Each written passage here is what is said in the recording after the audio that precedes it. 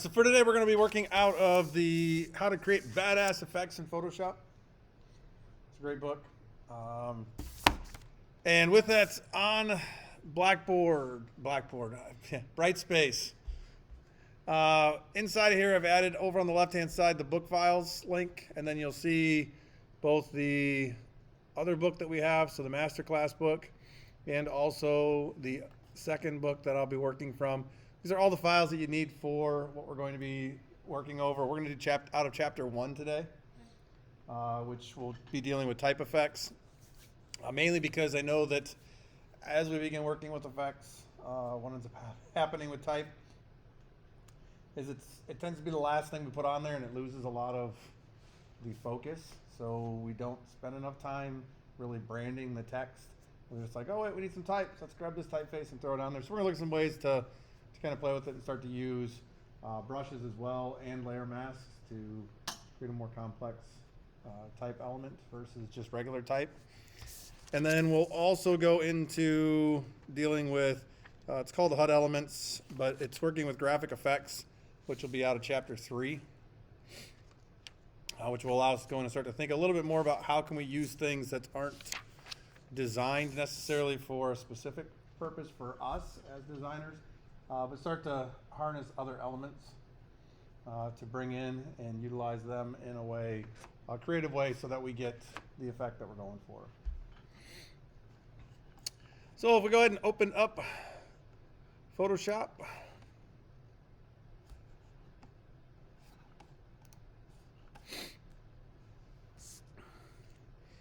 Once you get those files down, they're small files, so they should download fairly quick.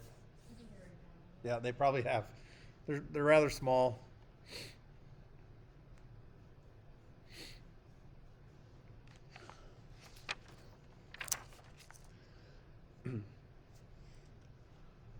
So once you have that set, we want to go in. We're going to start with whatever image it is that we want to begin to use as our textured image. So we can go ahead and do File Open or Command O and navigate to wherever you have saved those files at. Chapter 1? What's that? In chapter 1, yes. So it's called stoneagetext.jpg. We're going to go ahead and open that one up. So what we're going to have is we have just this simple image here that we're going to utilize as our texture. So as you start to work, I strongly encourage you to start to pull things that you might want to use. So you see different textures, to start building your own personal libraries so that you know what's in there, as opposed to saying, oh, I need something that looks sort of like what I used before, and just start building those libraries and put them on flash drives, libraries inside of the systems if you want to.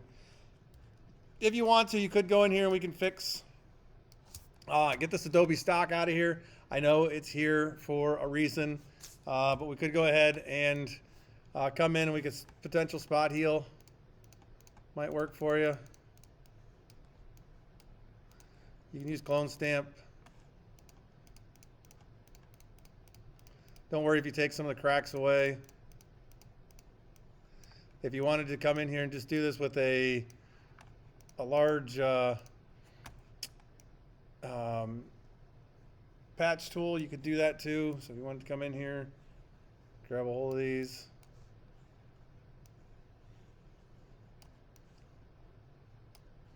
With this, we're not super concerned about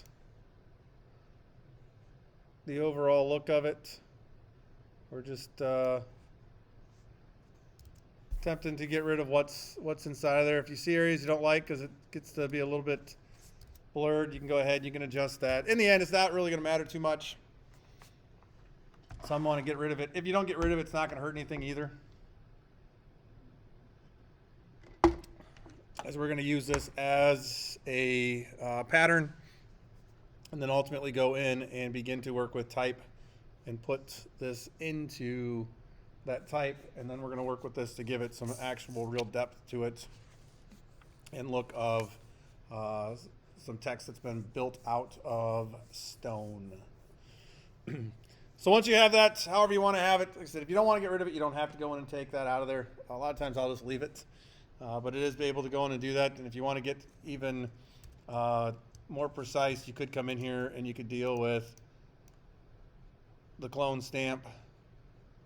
You'll see with the clone stamp, since it's taken that sample of what's there, it doesn't go in and try to grab the pixels, and then that blur effect doesn't occur in there. Plus, if you want some of these cracks to continue, you could always come in and take your sample. Remember, as you go through and start to work with the clone stamp, you do have to hold down Option and define an area first. And then inside of your brush, you'll see a little sample of what it's going to start to brush in there. So if you want to have those cracks continue, you can do that. So you can see how that crack works its way around there.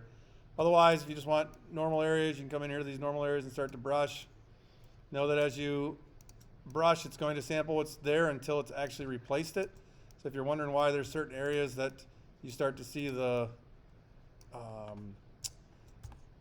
blurred effect in there, it's because you're coming over an area that hasn't been replaced yet.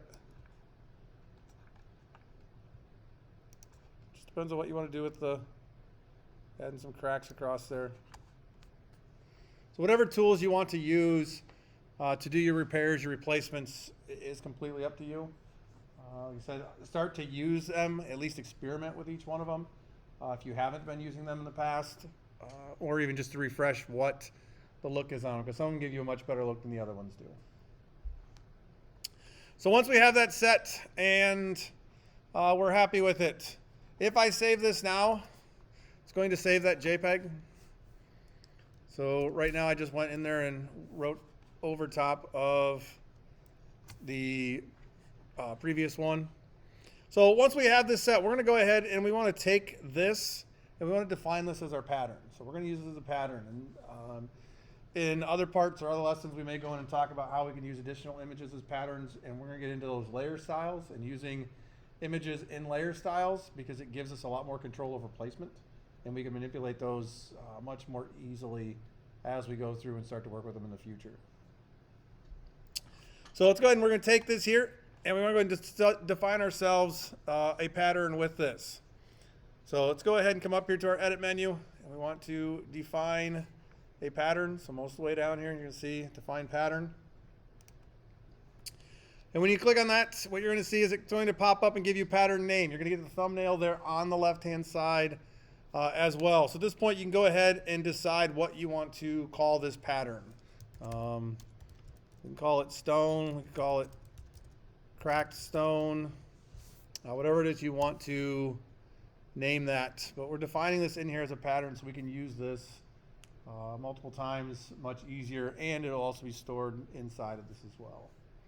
So now we've gone and we've defined our pattern. This is what we want to go in and use. We're going to create ourselves a new document. So either file new or command N. And in here, we're going to go ahead and create this. Let's go to pixels for our dimension. And we're going to make it 2,000 pixels wide by 1,000 pixels tall.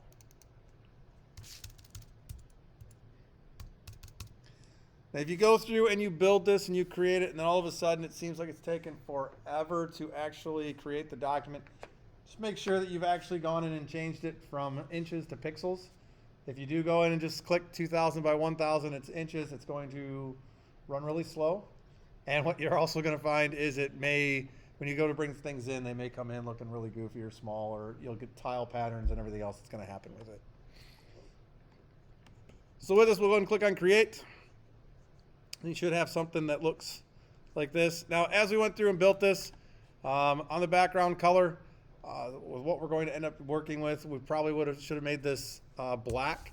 So let's go ahead. If we hit D on our keyboard, it resets our foreground and background colors to their default, which is black foreground, white background.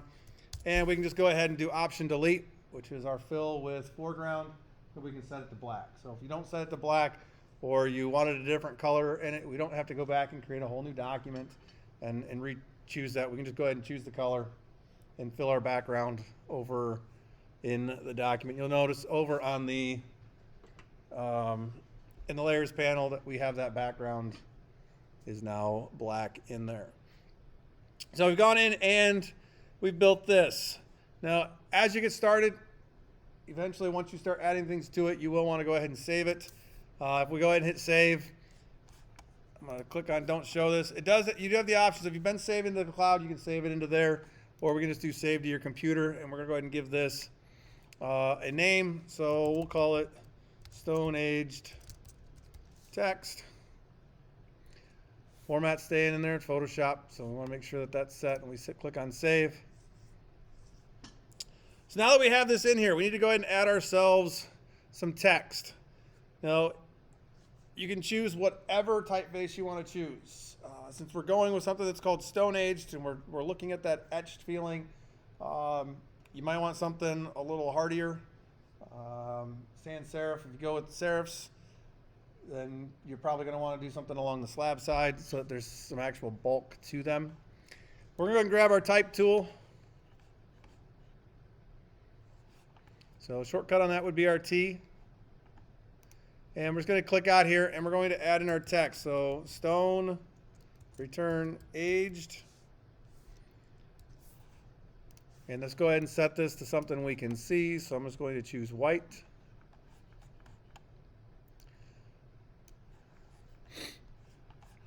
I'll go ahead and make this nice and large just so we're able to have something good to work with.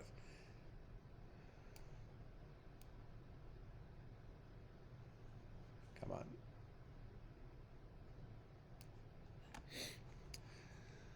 So right now this is in Married Pro. I'm going to look for something a little hardier. Asphalt doesn't. I'm just going to go with something simple. I'm going to go with Arial Black.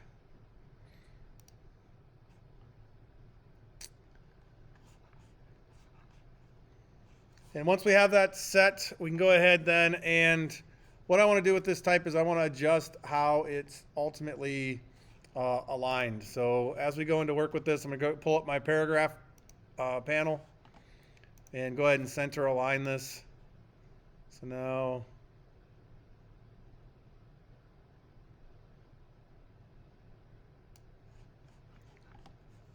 I am able to go in and adjust this bottom text because I want this to come out to be as wide as the stone portion. So for that, we'll go into our character. Let's just go ahead and expand out our tracking.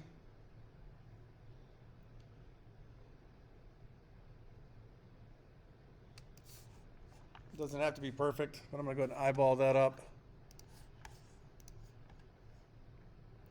Now, if you wanted to adjust your age, we could always scale our age up. So age could be larger than our stone. We could go ahead and we could adjust all of them. Whatever look it is that you're going for, that branding feel of it. And I'm going to adjust my leading on this so it's set a little bit closer to it as well. Now, I do talk a lot about not adjusting your text and doing things with it so that you're changing the horizontal or vertical scale of it. But if you wanted to, you certainly could. If you wanted to make this a little bit taller, we can go ahead and expand this up taller. It's your choice with how we want to use it.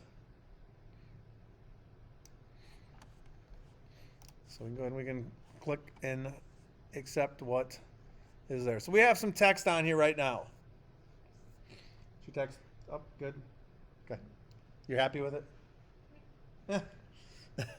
Now, as we have this in place, what we're going to go ahead and begin to work with then is, what do we want to do this? Well, we're going to add that texture to it, but how can we do that? Yes, we could go in the past, you may have chosen the text or put the text on there, done a selection, done a layer mask to work with it. The big thing here is starting to look at different ways that we can work with it. Now, doesn't mean that you can't use the other way, that the other way wouldn't work with some of what we're doing. But what can we do that gives us a little bit more flexibility and ability to work even faster? So we want to go ahead and make sure that over inside of our layers panel that we have our Stone Age text targeted. So it's selected over there. We want to go ahead and add ourselves then a layer style to this. So what layer styles that we want to have? Well, we want to go in here and do ourselves a pattern overlay. So if we go down here to the bottom to our effects, we're going to choose pattern overlay. If for some reason, if you clicked on something else like gradient overlay, you can just go ahead and select pattern overlay inside of here. Click the little check mark on, and you'll be able to go in and make those changes. Now, if you look at what's going on with your text already, with the pattern overlay based on the text we selected, mine right now has these leaves on there. So you can see it goes into where the text is at. What we're going to do is we're going to come over to our pattern thumbnail. And if we click on this, you're going to see that there are other ones that were created by the user down below here. So let's go ahead and let's select that Stone Age text that we had, or Stone Age pattern that we have. So now we'll see that we have that pattern going inside of there. Now what's nice as we go through and start to work with it is you can click out here on your document, and you can see as you drag that around, you can change the placement of that pattern.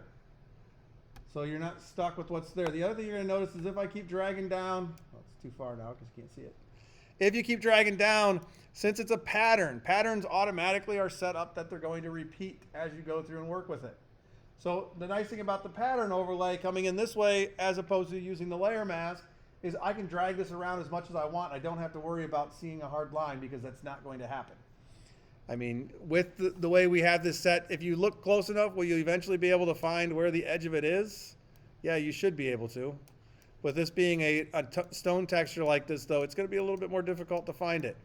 You'll find if you're working with rocks, which later on we'll even talk about if you want to create a pattern tile, how can we create that pattern tile? We'll go in and talk about that. So you can take an image and put it to each other, and the way that we flip-flop things and blend the middle line, you can actually create a repeating pattern that you won't ever see it. So if you run into problems, we can look at doing that as well. So you can decide, where do you want those cracks to be at? How many cracks do you want on it? So you drag that around until you're happy ultimately with the placement of the image that's going in there. So we go through and we have this set. So once we're happy with your placement of it, we can go ahead and we can click on OK. So once you're happy with that. So now that we have this built, we want to go ahead and make a duplicate of this layer. Now we can go ahead and right click and say duplicate layer. It's going to ask for it. We'll go ahead and leave it as copy. You could also come in down here and hit Command J. That's also going to do the same thing.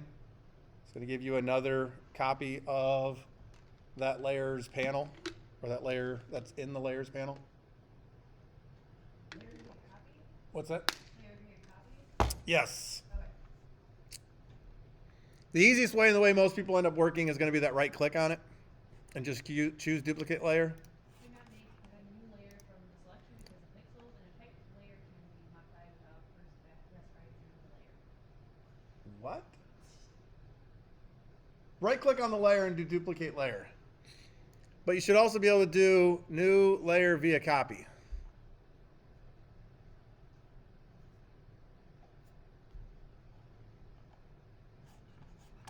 Well, I'm going to click on that and see if I get, see, I didn't get any errors, so mine didn't yell at me.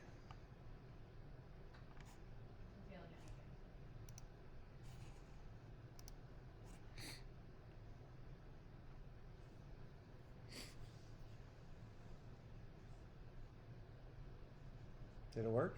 No, it's keep it.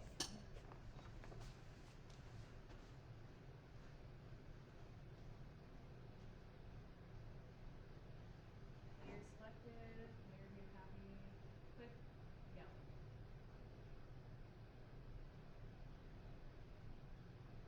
Okay, click on OK.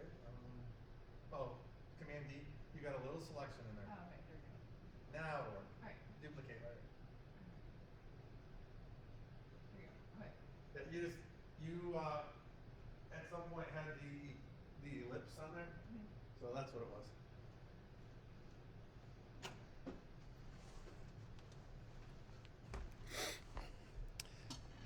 All right, so once you have this copy, what we have over here then is we have our Stone Age copy to us.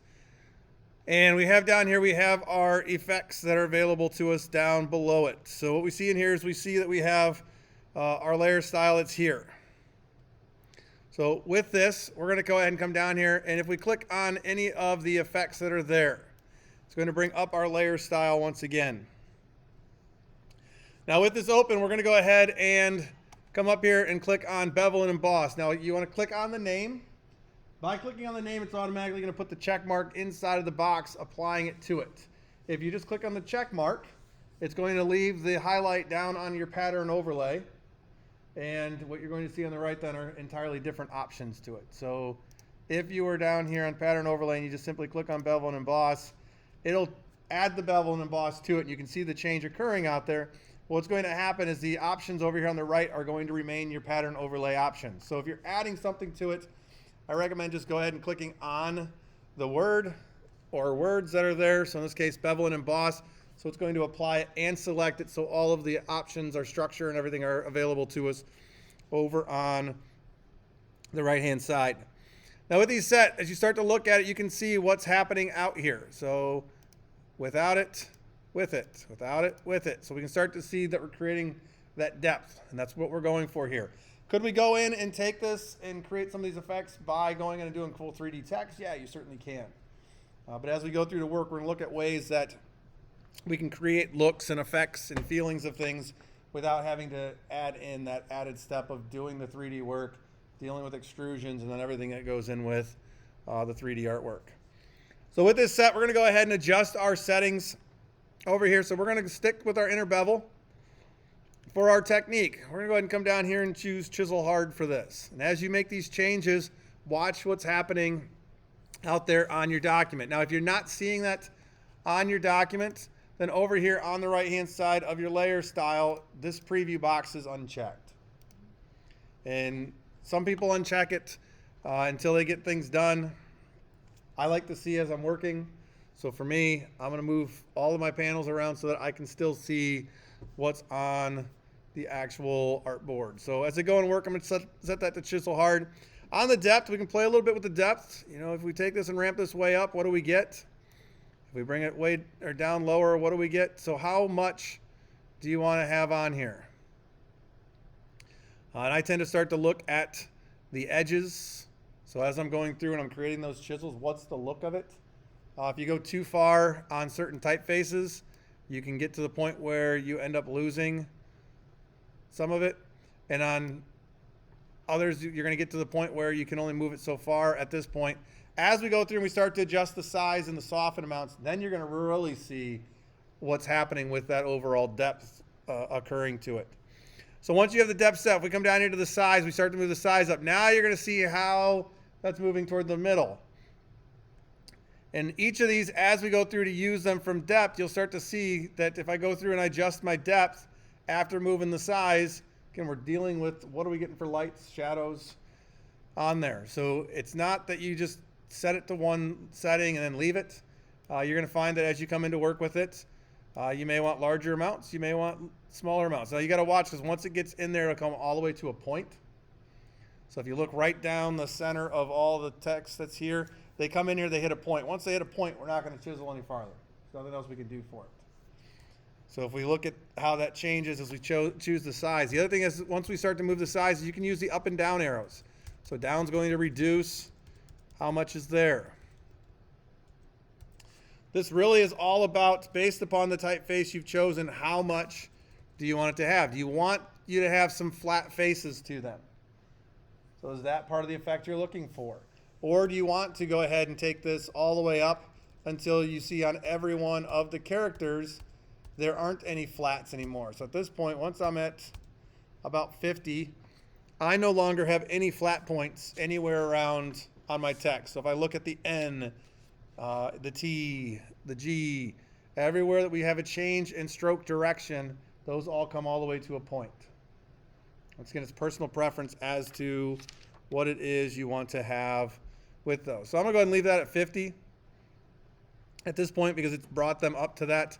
Now soften, as you go through and do that, what you start to look at, notice how those ridges disappear. So what we're doing is we're essentially going through and we're smoothing it over. So if you want a smooth effect, a smooth look to it, you can go ahead, you can do that. In this case, we want that hard, rigid setup. We're going to make this look like we've hit this with a hammer and stuff and chip some pieces off of here, knock some pieces down. So we're gonna go ahead and take our soften completely off. Now we come down into our shading area. What is our angle? So as we go through, we start to look at this. What's exactly the angle of light? Where is our light at? So as we go through and we start to move this around, you are able to see that look. So you can see as we continue to work with the layer styles, the control that we have inside of here. We're also working very non-destructively. So we go in and we look at that, and we look at not only the angle, so what's the direction of it, but how high up, so the altitude of the light as well, so the angle coming down on that. So let's go ahead and we can bump those up. Run about 131 for your angle, 42 on the altitude. So you can see the change on the look. Anytime we can come in here also and toggle on and off the bevel and emboss. Don't be concerned if you toggle the bevel and emboss off in this situation. Yes, we could also use the preview, but we could toggle on and off bevel and emboss. When we turn it back on, it's going to go back to the settings we had on it anyways. So the last few settings are going to stay there for us. So don't be concerned as you go through and toggle those on and off. We're not going to change anything with the contour, but we are able to go in and depends on what you want for a look. We can go in and start to look at what are the different effects that we are going to get as we go through and work with these contours. If you start to look at kind of what you're seeing out there from a lighting standpoint, if you're trying to give effects of metals, is one area we can come in here and really play with the contours. So over here is the glass contour. And if you go ahead, you can see what options are available inside of here. And you can go through and you can click on those. And if you click on those, we're going to watch what happens. Really, the big ones you start to see it in are any of them that are your circle bases. So you can see the difference on this O. So if I come in here just a straight linear versus starting to get where we have these ups and downs. So what's going to start to happen with these is you can see reflective materials, things along those lines tend to have a lot more play in them. So as we go through and start to work with those, you could go through and adjust those and select something different. If you want to select something different on this, you certainly can as well. When we come down below that, then we start seeing what is our highlight mode. So these are all those blend modes. And if you haven't gone through and played with the blend modes to start to see a bit more as to what you can do with them and the control you have with them and what the effects are on them, play with them. Click on them, choose different colors, and add different effects to them, or I should say different blend modes to them, and see exactly what you get with them. So we're dealing down here a bit with lighting. So if we come down here and we start to look at something like a vivid light, you're going to see that it actually is going to pop. So those highlights are going to pop out a lot more, as opposed to if we come in here, if we go to a pin light, what do we get from that? On a hard mix, what's happening with that? And you're going to find that as you begin to use them, some of the things are going to give you similar looks to them. So what you ultimately choose, again, is going off of the visual that you are seeing directly in front of you. Come down here to the opacity. So what's the opacity of what you've added? So if it's all the way up or all the way down. If it's all the way up, then what's happening with those highlight areas from this layer is it's not going to go through and do any type of blending behind it. It's going to be the full opacity of it. So our whites are going to be white. So in this case, we're gonna keep that down about halfway so we still get some of that gray coming through. And then what do we want our shadows to do? So most of the time we start getting into shadows, we're going to be dealing with multiply.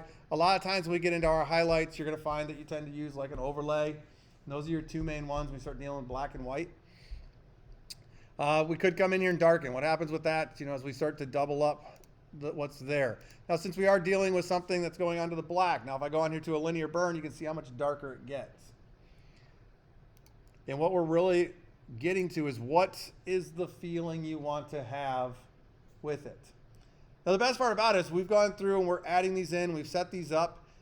As we work on it and add additional effects to it as we go and we start working with layer masks and punching things out, the great thing about using styles is that these are non-destructive. We can come in at any time. We can remove them. Unlike doing them on, say, a layer mask and that, to where there's a lot of work to go in there and adjust things, you're going to see that it's just much easier to go in here and start to use styles and apply these looks inside of here. So once you have all those set, these are the settings that I have actually ended on. So inner bevel, chisel hard, 501%, size at 50, soften 0, angle 131, altitude 42, a linear gloss contour. Highlight mode set to vivid light 50%. Shadow mode also set to multiply. It's currently at 50%. We may come in and adjust that once we get everything together to get the darks a little bit darker. But for right now, we're just going to go ahead and leave them set there, and we're going to say OK. So now we can see what we've gone in and built. So this is what we originally had. And this is what we've gone through and added to and built up to. Now, there was a reason why we went through and duplicated that, and that's to allow us to go in and have control of this, because we want to start to bash this down. So we're going to look at utilizing then brushes to go in and cut away from the specific areas that are here. So let's go ahead and we want to add ourselves then a layer mask for this. So we want to make sure that we have our duplicated text. So that's the Stone Age copy here selected. And we're going to go ahead and add ourselves a layer mask. So we come down to the bottom of our screen. And we have our add layer mask down. And we're going to just select that. Now what you should find then is we see our link coming over to our layer mask. As we start to work with layer mask, remember that white reveals and black hides. So by going in and adding a layer mask that is currently all white, we're seeing everything that is on here. Now once we have this in here, we're going to go in and grab ourselves some sort of a spatter brush. It doesn't matter what one you grab, what one you work with, but we want to go ahead and come in here and see what brushes are available to us. We can come up here, we can look at our brush settings, but what do we want to use inside of here? So we start to toggle open. They modified a little bit of the way that the brushes are sitting in here, what ones are available. So you may want to look through here and see what additional ones are in here that you haven't seen before. But if we come over and go ahead and grab a hold of our brush. So we can grab a brush, shortcut B. And this allows us to choose a brush from through the brushes presets that we're looking at. Or we can simply come in here and start to build ourselves a brush. Now, if you haven't played with the brushes recently or gone in to really adjust what the settings are, I encourage you to look through them all, because this is a situation where we're not just grabbing a plain brush. So in this case, if I come away from here, we're not just coming in here and grabbing ourselves some sort of a plain round brush and simply adjusting the size and painting with it. Could we use that? Yes, we still use that for different things. But what we're looking at now is we're starting to look at how can we utilize brushes and use brushes in a fashion that allows us to go in and control things, give a look to the stuff. Maybe not necessarily even control in the sense of what you're used to doing with that, but we're able to go in and get a specific look to it. So as we go through and start to look at the brushes, like what brushes are available to us, we come in here and start looking at them. So there's a brush that looks like this. This is a dry brush, tip light flow, it says. Here's dry brush 1. But what's going to happen with these as we get into here is as we start to look at the size on them, we then have to come down here and start to play, or may want to work with this spacing. Because what this is going to spread out what happens with it. Now typically when we're doing something like this where we're trying to come in and be destructive, we're not going to click and drag anyways to paint. So the spacing doesn't have as much to play with it. But as we start to think about textures or how can we add certain effects to things, we get in, if we look at eventually we'll look at like doing like a bokeh effect. But being able to do this with brushes and being able to go in and adjust how the colors happen. We can do a lot of that inside of here. So our basic brush tip shape is just that. What is the shape of the brush? So if we come in here and we start to look at what's inside of here. If you increase the spacing, you can see what each little brush is going to look like. If you don't want to see it, if you're not going to click and drag, if we turn off spacing, you're going to see it just going to go in here and show you then what happens if you go through and start to draw with them. But the spacing, what this does is if you are going to drag, so click and then drag, that's the spacing that's going to occur between each time it'll actually hit the little paintbrush down.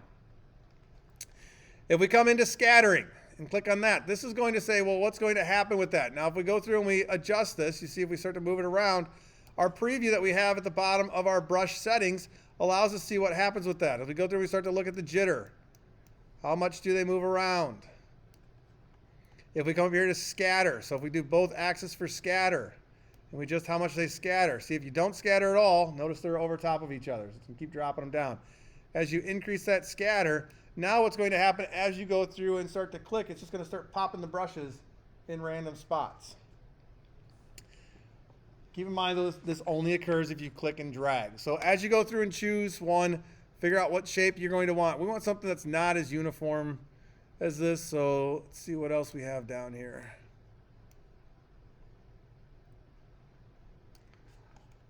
Just turn off scattering, it'll be easier. So we can look at what type of brush do you want to have. So this one's not bad.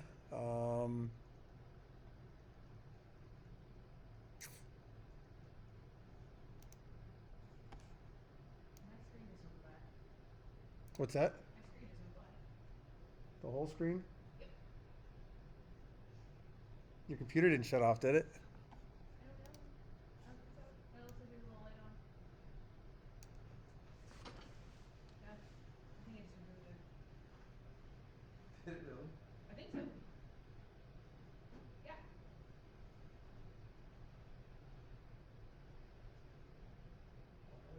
I don't know. This is what I deal with on a regular basis. This is me.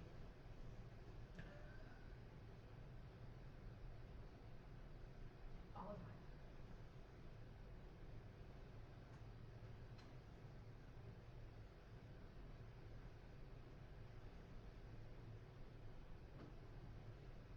Uh-oh.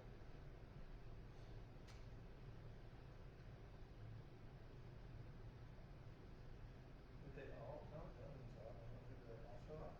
Okay, log in. Did you save it? Not from there. At least I know what I'm doing, kind of. It's all right. It happens. It's no different than if the power goes out. Oof. See, now everybody who's has the recording. Make sure you save. Make sure you save. Make sure you save. In case your computer just shuts down on you.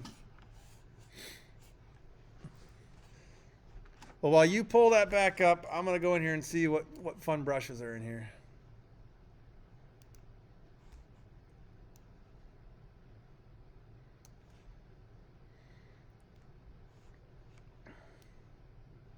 Alright, Stone Age, text, bevel, emboss, overlay, color.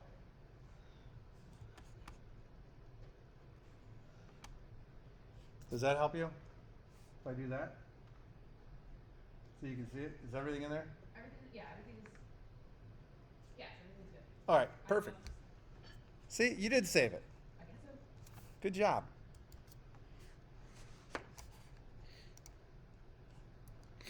And then just go and choose some sort of brush that's got a nice setup to it. In this case, I'm choosing this one. It's just going to be able to come in here and crunch down some of my stuff that's here.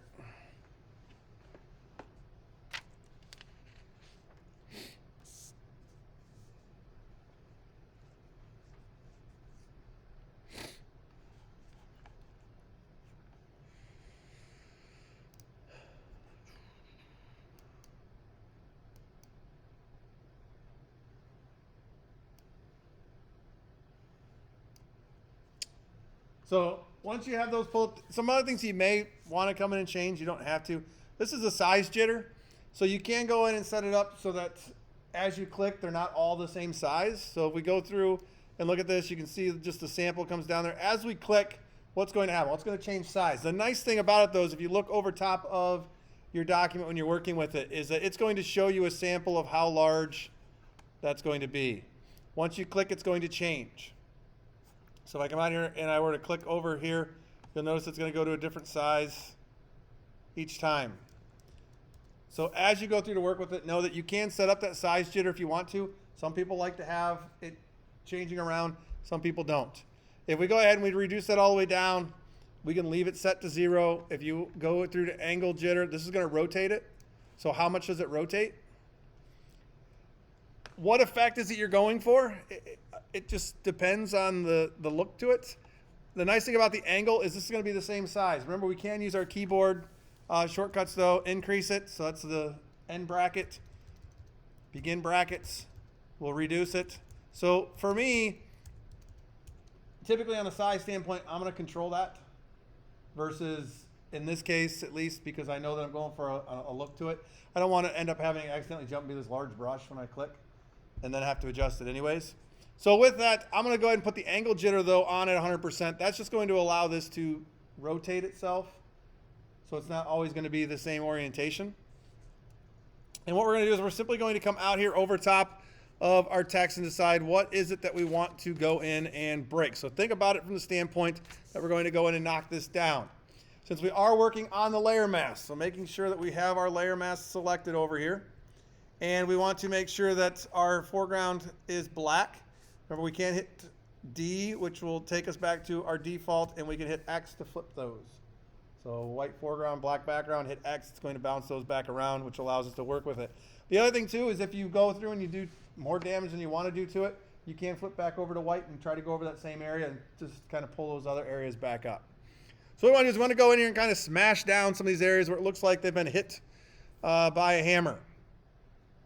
So let's go ahead and come in here, and I'm going to reduce the size a little bit, and we're going to click here on, say, on the E, and just choose some spots that you want to come in here and smash down.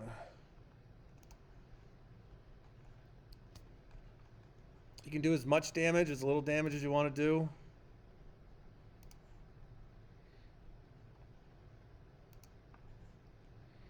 Remember, we're working non-destructively. So whenever I talk about doing things, you want to be non-destructive in the sense that you can always come back in and fix things if you need to. Make changes to it if you want to.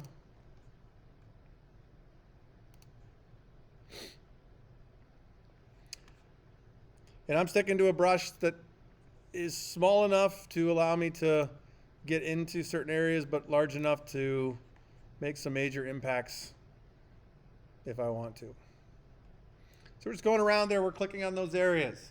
And what's happening is we're going in there and we're hiding those spots, which is allowing us to see that first one, that Stone Age that we had down there. So it looks as though we've smashed it down flat just because we're removing that one that has the bevel to it. So we're no longer seeing the bevel that is there. And then once you have this set up, we can go in and let's go ahead and create ourselves a new layer. Because right now we have this smashed down, but what we don't have is we don't have anything behind that. So we're going to go ahead and come down to the bottom. I'm going to click on the plus here. That's our new layer.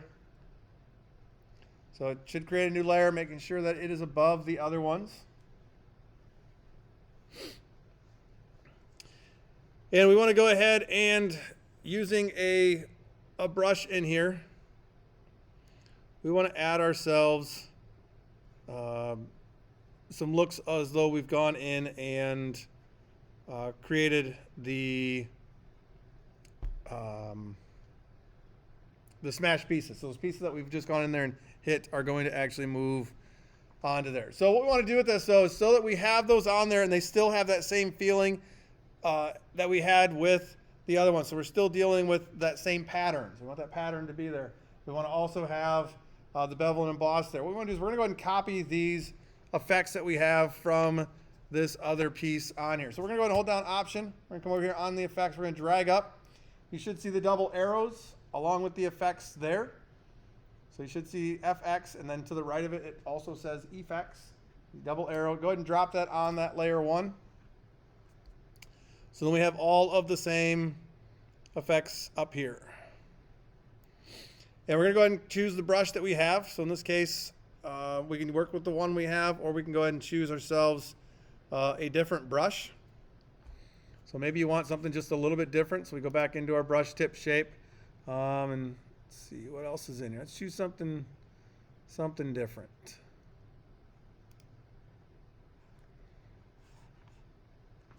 So I'm going to choose this one.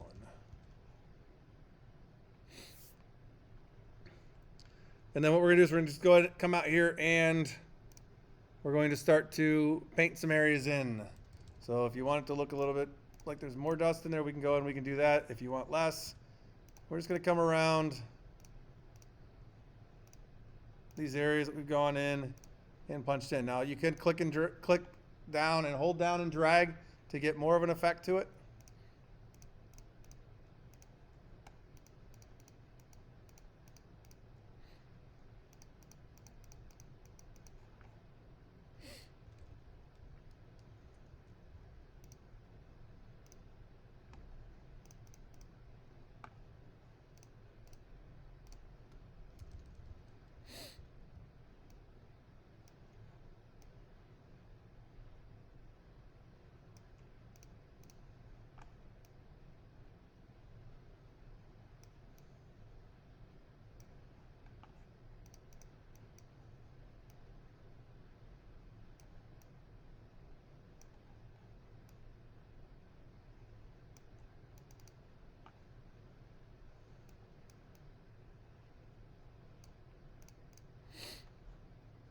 Again, how little do you want? Purely up to you. And as you choose the brush, whatever brush you're using is going to also drive into the feeling that you need to work with. Maybe you want to go and you have that set, and then you want to go in here and find a different one that maybe has some heavier areas to it.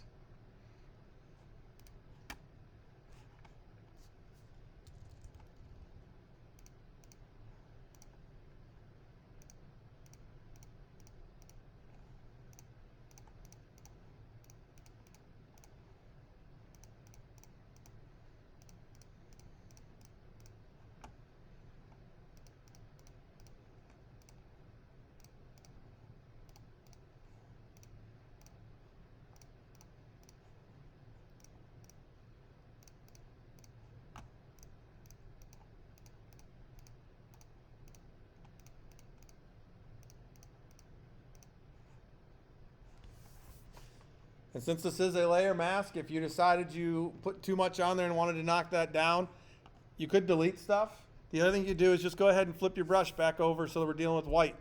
So then if you come into these areas, or not white, but black. So we can come in here and we can essentially go in here and we can knock out some areas. No, I don't want to do it that way. I was on the layer mask from the previous one. So we come in here, we can actually start to remove stuff. So in this case, we would have to actually come in here to start to look at erasing some content. So we could come in with the eraser and start to remove areas, because if we were to go over and look, remember we're just working on this. And as we go through and we start to add it, it's adding the pattern overlay based upon where there's color content. So when we added the black, contrary to what I first said, it's going to go in there and start to disappear. It won't disappear. So we'd have to come in here and start to use a brush, but we can come in here and we can erase things. The best thing about it is you don't have to worry about losing anything on the other. So if I use this, I could come in and do that. We could go ahead and we can adjust as we start to deal with the brush. What are we doing for our edges? How much we want to erase? What is the brush shape? So we could come up here, instead of just using a simple round, I could come up here and grab a brush. So now I'm erasing.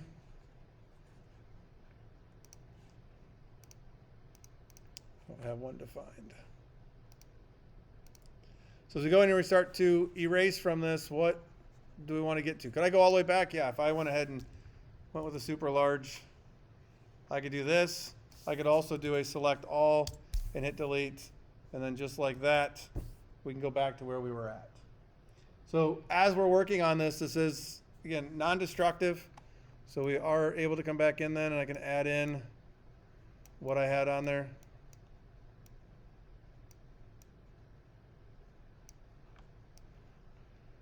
So choose whatever it is that you want to choose. Give it whatever look you want.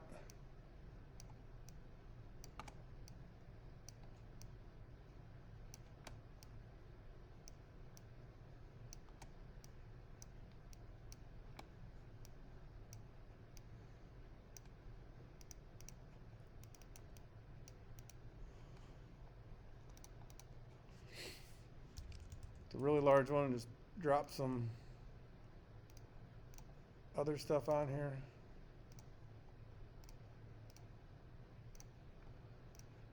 So it doesn't look super clean. So I have something like this right now.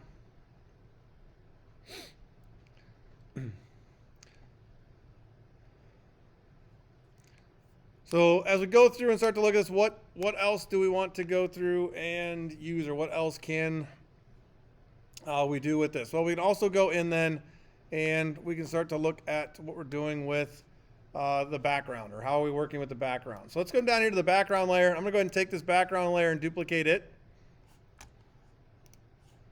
Remember, when we go through and we start to create duplicates or create layer copies and stuff, it's going to put it directly above whichever one's targeted. So when we target that background layer, it's not going to go all the way to the top. It's going to go directly above that, or if we went with a new layer, it's going to go above that as well. So we go in and we have our background copy that we just put into here. Let's go ahead and let's take that same pattern we used before. And let's go ahead and add it to that background. So as soon as we do that, we're going to see this shows up. Now, as you start to look at this, you should notice something, of course, happens to your text. The text that was initially on there, you may find that that first layer goes back there and we're losing what is there. And that's because, as of right now, it's the same opacity. It's most likely in the same location, or should be in the same location because of the pattern setup. So what we want to do is we want to go ahead and make some adjustments to this to allow it to go in there and blend. So right now it's at 100% opacity. As we start to drop this down, you can see it's going to start to get darker. With this, it's up to you to decide how dark do you really want to make that. So at this point, you could be okay with this. You may end up going in and deciding you want it to be darker. So you can go ahead and you can darken that up as well. So as we go through and we start to use this, look at what are we choosing to work with. What are we dealing with?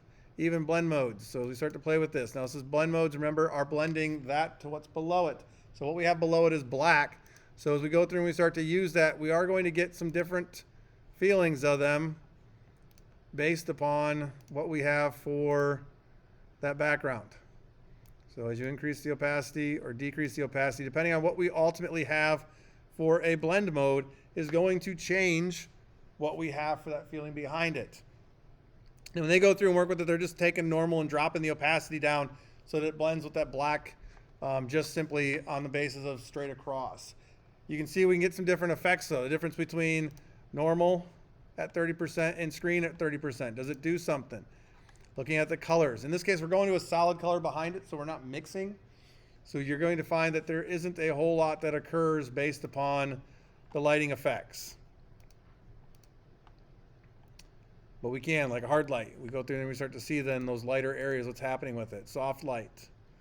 Push that opacity up on a hard light. So you can see there's a much different look to this, you know, from a hard light. So that's why when I talk about playing with the blending modes, toy with the modes, see what happens with the modes. Don't just go in there and say, well, this is the one you always use, because you get a much different effects. We start to look at this. If we look at that background right now, it almost kind of looks like a starry night setup based upon simply a blend mode, but yet I'm using the same pattern we used to create the rock. So don't be afraid to play with the stuff and see something and work with what you feel works best for your overall look.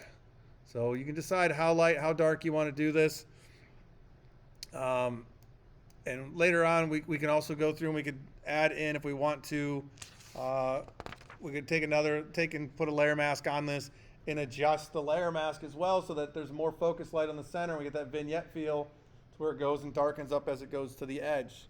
Again, design choices that you get to make. So we're going to go ahead and choose this. I'm gonna stay right around here right now. I might come back in and adjust this a little bit more yet. But what we have on here, I set mine to screen at 33%. And I'm gonna go ahead and say okay. So now we can see that we have that texture and stuff to the background. Now inside of there, the other thing we can also do with that is when we're working with that pattern, if you want to move around that pattern, we can do that too. Just make sure you're on the right layer when you do that, and don't do what I just clicked on the other one. So we can move that around. So depending on where you want those big cracks to be at, as you start to deal with the other text, you probably don't want them matching up. So we can go ahead and we can slide that around and say, okay, like I said, it's non-destructive. That's why we want to get used to working is non-destructively, so we have control over what is there. So let's go ahead and jump back then and look at what we have for our other text and what can we do with our other text. We're going to take the first layer, which is our Stone Age layer. And let's go ahead and come in here and let's add additional effect to it. Now we can go down to the effects drop shadow. The other thing to get used to is once you already created an effect to it, instead of having to go down there and click on the effects and choose what one there, we can just double click on any of the effects. Either the text that says effects or also where it says pattern overlay. It's going to open up that layer style and allow us to go ahead and add ourselves something else to it. So let's go ahead and choose drop shadow. Now once you create that drop shadow, it's on there. If you looked around your text, or if you toggle it on and off as you put it on there, you can see that right on the very edge of it, that lower right side of the characters, you're going to notice the text or the drop shadow showing up. Remember, as we go through and we start to look at it from the angle standpoint, that line that goes to that center dot, essentially think of that center dot as your object. So what I'm talking about is this here, that center dot, that's your object. So the text that's there. That line is the direction from the sun to your object, or the light source to your object. So you can then remember that your shadow is going to occur on that back side of where that line is at. As you go through to choose it, what do you want for it? Typical setting for our drop shadow is going to be multiply. That's just standard.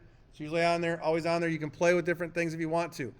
If we go ahead and we increase the opacity, it's how dark is that shadow going to be. If you're increasing the opacity and you're looking at it right now, you're going, well, I can barely see my shadow. The good thing to do then would be go ahead and adjust your distance. So you can start to see that shadow coming into there so you can see what's happening with the actual opacity of the shadow. So we can go ahead and we can move that as we adjust it. So what is it we want to go ahead and do with that? How far do we want our drop shadow to end up being? How much spread? So remember, as we go through and we look at that, the spread is looking at how far across then are we dealing with it blending out the shadow. If you take that all the way to 100%, you're going to notice it's a hard edge shadow. As you go ahead and back that off, you're going to notice how it begins to essentially soften itself up. As you go ahead and increase the size of the shadow, you're going to then see the fact that that spread even comes in more, because now we're looking at, based upon that shadow, what ends up happening with it. So here at a size of 57, with the spread all the way up, we can see we get this goofy looking hard shadow to it. So once again, we're looking at this from a visual standpoint as to how much of a shadow do we want, how harsh do we want it on there, and how far of a distance do we want this to actually stick away from what is there. So we can go through and we can adjust that.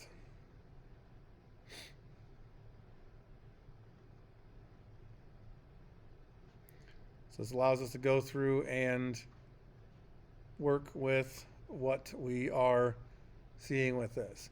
As we go through and begin to use it, so we go set that, I'm going to leave it where it's at right now. So this is what mine looks like. So I have multiply, 68% opacity. I left it at 131 degrees, 20 for pixels for distance, 34% spread, 21 pixel for size, and the quality of that for the contour I went and left just as it is. That may change here in a moment. And we're going to click on OK. So at this point, we went in and built this up. As we look at that background, maybe it's pulling too much focus to that. Well, if you think that's the case, we can come back into this background and look at our effects. Well, what happens if we add ourselves a gradient overlay to this? So what are we going to go through and work with? Well, right now on normal, we know that we're adding a gradient in solid color. Well, what else can we work with? Well, if we come in here and we look at multiply, that's going to take and combine what we have for that background or for the gradient going across it. As we go through to choose our gradient, what do we want to use for our gradient? What gradients are available to us? So if we come in here and click on our gradient, I was looking for, that's what I want anyways, right here. So if we go and we choose this, we have the ability to add that gradient to it. We can go in here and we can leave it linear. Or, like I said, if we want a vignette, we can go ahead and set this then to radial. And if we go ahead and adjust down where this is at, we can go in and determine then how do we want this to look. If you look over in your preview panel, you can see as you adjust the scale of it, what's happening with that scale. What happens when we change the angle? So this is dealing with where is it coming from and going to. The placement on this doesn't usually end up being as much on an angle, the angle for a radial as opposed to an angle for a linear. A linear, of course, is going to use that to determine how it moves, spans across it, where here we're dealing center out. So as we look at the scale, you can see what's happening with that from center out. So it just depends on how much of that texture you want to see.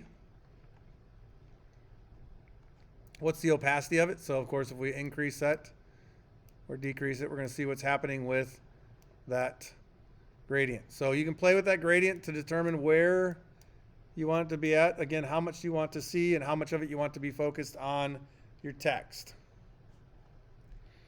If you want to do linear, so it's darker in one corner, you could do that as well. But we're going to go radial. This is where I set mine at. So I ended up just going with multiply, 44% opacity, the gradient. We're going white to black on the radial. It's going white center, black on the outside edge. So it gives us that vignette feel to it. We looked at the angle. Moving the angle around, again, it's going to do very little for you in this situation. And then we'll scale it. And as you scale it, you can watch inside of your preview box here on the right what's happening with that. So with that set, I'm going to say OK. So now we can see that we've gone in, drawn that focus down to the center, but I still have that texture on the outside edge. Albeit subtle in certain areas, we still have a nice texture that is out there. So to give us a little bit more of a look to it, let's go ahead and grab that top Stone Age copy text. And we're going to come in here and just do a simple little color overlay to this. So we're going to choose color overlay.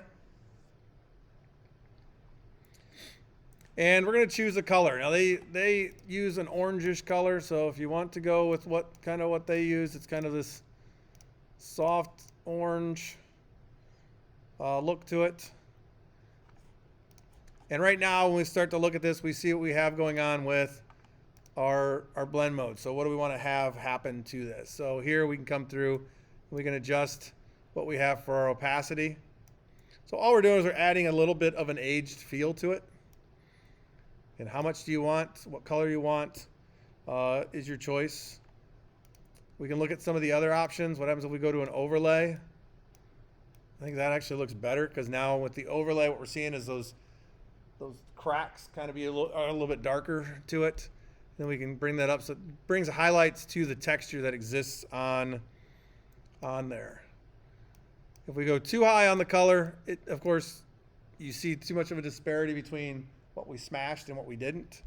So what we're trying to look at here is we have a kind of a color on the outside of it, but as we smashed it down, we broke through what is there. So I'm going to go with something about like that. I'm going to save that.